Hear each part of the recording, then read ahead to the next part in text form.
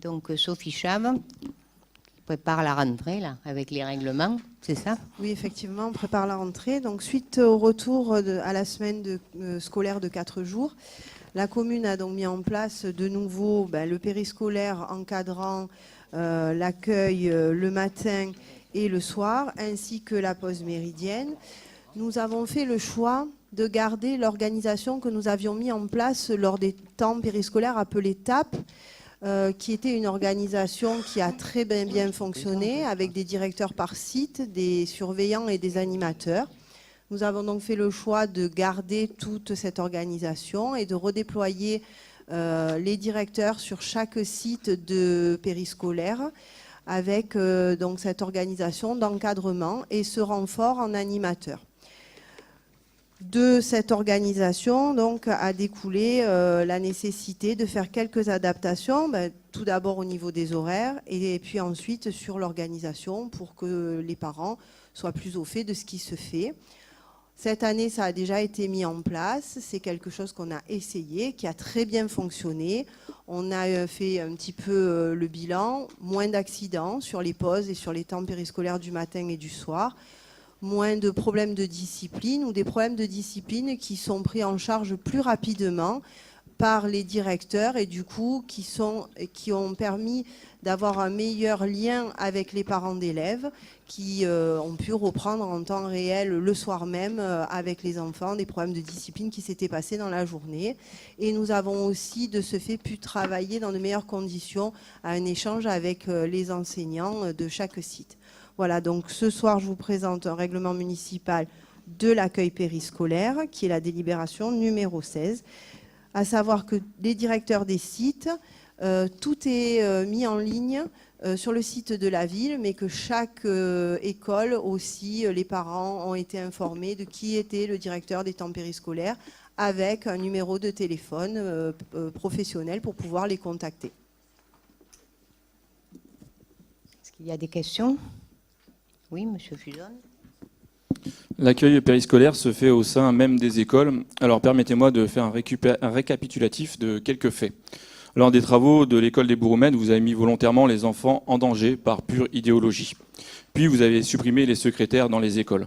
Rappelons que M. Amaro défendait les mêmes positions contre les enfants. Puis il y a eu les intrusions dans les écoles. Nous nous sommes mobilisés auprès des parents. Nous vous avons demandé une présence policière au moment de l'entrée et de la sortie des élèves, afin de sécuriser les abords des écoles et de dissuader toute rixe, bagarre ou raquette. Vous ne nous avez pas écoutés et d'un revers de main, vous avez balayé nos propositions. Malheureusement, les faits nous donnent encore raison. Et pas plus tard que mardi, une bagarre a éclaté entre une institutrice et une maman à l'école des Amandiers. La présence d'un policier aurait sûrement évité la bagarre. Il y a eu beaucoup de sang. Des enfants ont été choqués de voir leur maîtresse saigner. L'institutrice aurait le nez cassé. Alors, nous vous le demandons, encore, la présence d'au moins un policier lors des entrées et sorties des élèves. Alors, d'abord, pour les travaux, on ne va pas revenir dessus. De toute façon, c'est votre dada, vous y croyez, croyez-y, tant mieux pour vous, premièrement. Deuxièmement, pour ce qui est de la présence policière devant les écoles, il y a une présence policière devant toutes les écoles. Sauf que l'école dont vous parlez, la SVP, excusez-moi, il n'est pas là pour faire le gardien devant le portail et pour faire la police entre un enseignant et un parent qui malheureusement se disputent. Il est là pour faire traverser les enfants et assurer leur sécurité à eux. Et donc je peux vous assurer que depuis un certain temps et un long moment, il y a devant chaque école soit la police municipale, soit des ASVP, soit des agents de sécurité qui sont identifiés avec un brassard. Donc si vous tourniez un peu plus sur les écoles de la commune, peut-être que vous pourriez les voir. Et je le redis, les ASVP ou la police ne sont pas là pour surveiller les disputes entre parents et enseignants. Ils sont là pour assurer les enfants et leur sécurité et notamment les faire traverser. Je ne vous parlais pas d'ASVP mais de policiers. Il y a juste une différence. Excusez-moi, mais les ASVP ils font partie de la police municipale quand même. Hein. Ça, non, ils ne sont pas armés, ça n'a rien à voir. Non, pas ils sont pas les mêmes prérogatives. Et donc, ils ont autant de pouvoir devant une école. Et, normalement, quand on est un peu respectueux de la loi, on devrait respecter autant un ASVP qu'un policier municipal qui a une tenue légèrement différente qu'un membre qui est là avec un brassard pour assurer la sécurité.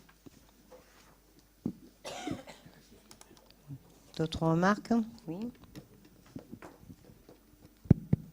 Et je tiens aussi à vous dire qu'on a voté, il me semble, il y a quelques conseils, la mise en place de la vidéosurveillance devant les écoles qui va s'étendre sur l'année suivante. Et on n'attend pas après vos suggestions pour travailler non plus. Madame Chaves, on a assez prouvé effectivement lorsque les sujets n'allaient pas dans le sens que nous estimions être dans nos valeurs, on a toujours su le dire et on dit les choses aussi quand elles vont dans le sens de ce qu'on estime être bien. Le seul point sur lequel je ne serais pas d'accord sur vos propos, c'est justement de ne pas attendre les propositions de chacun. Je pense qu'on avance quand on écoute tout le monde. C'est la seule chose sur vos derniers propos sur laquelle je ne serais pas d'accord. Sur l'école des Bouroumettes, bon, je trouve juste dommage effectivement qu'on nous taxe de vouloir effectivement mettre en danger des enfants. Je pense que du coup au prochain conseil municipal, on me déclarera la DAS comme un mauvais papa puisque ma fille se trouve à l'école des Bouroumettes, donc je mets moi-même en danger la vie de ma fille. Bon, bah écoutez, effectivement, tant pis, c'est pas grave, je prends acte. Concernant le règlement municipal, on revient sur du local parce que l'idée c'est de bien faire avancer les dossiers, de faire avancer les sujets quand ils vont dans le bon sens. Et on se base toujours sur ce que peuvent nous remonter les parents d'élèves. Et sur ce dossier-là, concernant la pause méridienne surtout, les remontées sont quasiment unanimes. Et on tenait, à féliciter tous les services qui ont mis en place ce règlement municipal, qu'il faudra poursuivre dans les années à venir. Il y a toujours quelques réglages à faire, mais ça c'est normal, la perfection n'est jamais atteinte. Et remercier et féliciter tous les agents qui s'investissent depuis de nombreux mois sur ce sujet. Et dans ce domaine-là, vous avez mis en application quelque chose qu'on aimerait voir dans tous les domaines, c'est la remontée de la base. Si ça fonctionne et que ça va dans le sens des parents, c'est parce que les sujets viennent de la base et que vous travaillez en concertation avec les gens qui sont sur le terrain. Donc félicitations, bravo, les remontées vont dans le bon sens et ça va exactement dans les valeurs que nous portons. Donc continuez. Merci. Bon, on peut passer au vote. Qui est contre?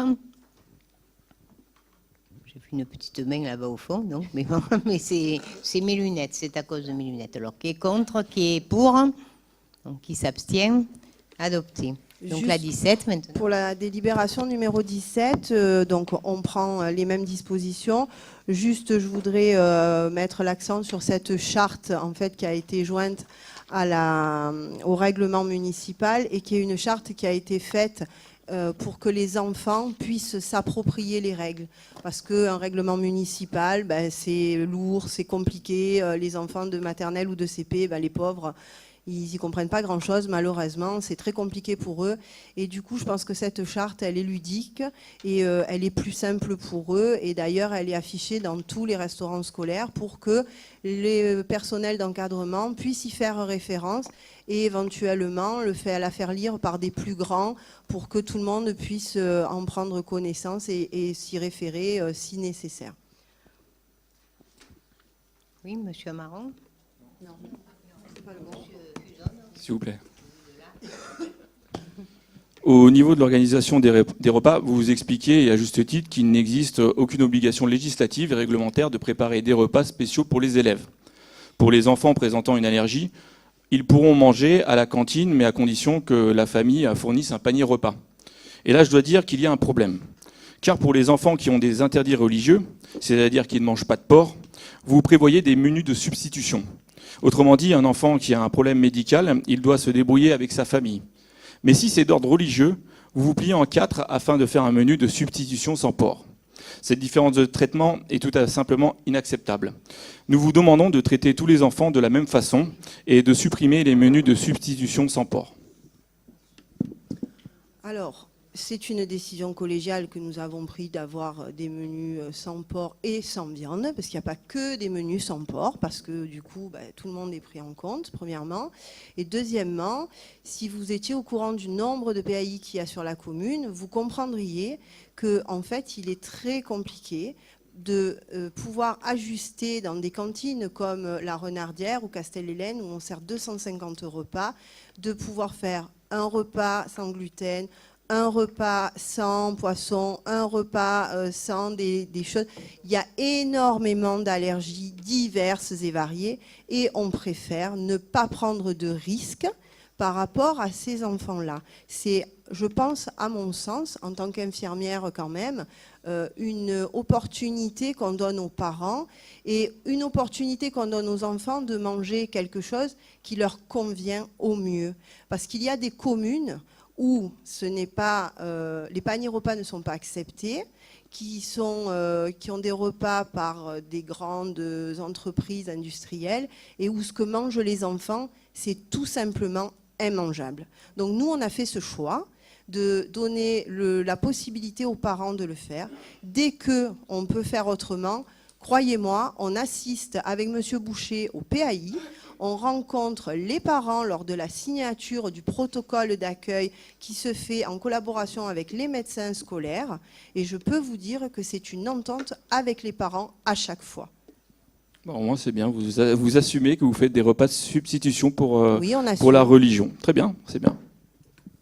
Oui, je crois que... Comme on fait un repas de Noël, comme on fait un repas pour Pâques, on assume. Ça n'a rien à voir. La vie médicale et de l'ancien maire qui a institué tout ça quand même. Voilà, j'allais dire sans prétention, c'est un sujet que je connais bien puisque l'organisation au niveau des PAI, je l'avais prévu au niveau départemental lorsqu'on a eu un drame dans une ville voisine, puisqu'en effet un petit enfant était mort d'un choc anaphylactique suite à l'ingestion toute bête d'un fromage de chèvre. Alors, je pense que les choses sont strictement respectées. Il ne s'agit, alors, menu de substitution, il s'agit de menu sans viande, ce qui n'est pas tout à fait la même chose. À l'époque, on était venu me voir, pas que la religion musulmane d'ailleurs, pour me demander d'authentiques menus de substitution, soit, disons-le clairement, kasher pour la religion israélite, soit halal pour la religion musulmane. Et j'avais refusé au nom du principe de la laïcité. Je me réjouis d'ailleurs que vous ayez continué dans ce même sens. Donc, par esprit de provocation, que je peux comprendre venant de vous, mettre sur le même niveau les menus dans le cadre de PAI, compte tenu de l'immense responsabilité du maire. Et je rappelle que le maire, qui évidemment n'y était pour rien, qui a été touché par ce drame terrible, il y a eu mise en examen, mine de rien. Je voudrais aussi rappeler que dans des villes, et je pense en particulier à Marseille, pour ne pas la nommer, on n'accepte pas dans les écoles les enfants allergiques, enfin, ayant des allergies alimentaires. Nous, j'allais dire par idéologie, oui, par idéologie, d'accueillir tous les enfants, y compris ayant des problèmes médicaux, on a toujours accepté, sous la responsabilité directe du maire, je tiens à le rappeler, des enfants allergiques.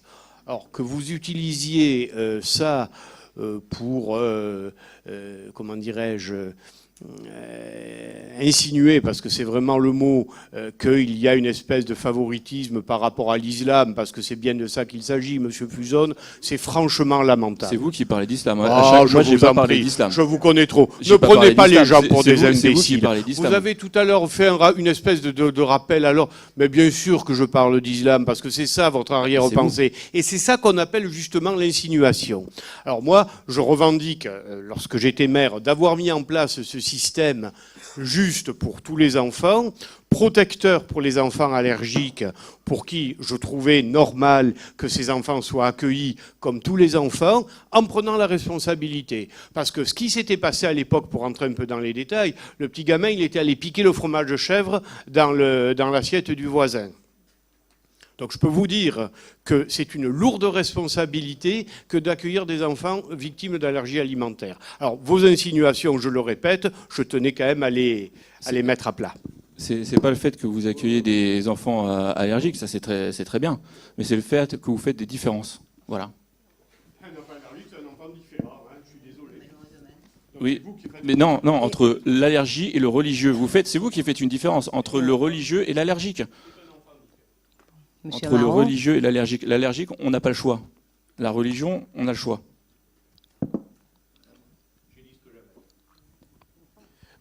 Sur ce sujet-là, effectivement, c'est un sujet important. Monsieur Fuson, vous avez entièrement raison de porter vos valeurs. Et d'ailleurs, ce sont des valeurs que nous partageons.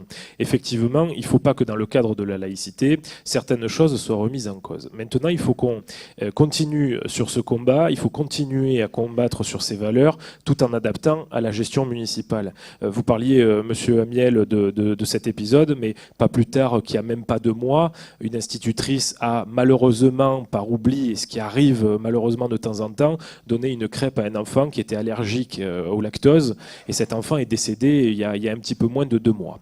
Donc là, on ne peut pas effectivement mettre en parallèle les deux, et on ne peut pas continuer à combattre ces valeurs tout en n'adaptant pas ça à la gestion d'une municipalité. Donc, sur le point de vue allergique, effectivement, ce système est mis en place et c'est le plus optimal parce que malheureusement derrière, il y a la responsabilité des agents qui sont sur le terrain et plus haut sur la ville. Mais vous avez entièrement raison de continuer ce combat sur ces valeurs.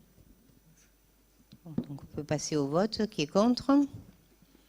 Qui est pour? Qui s'abstient? Adopté.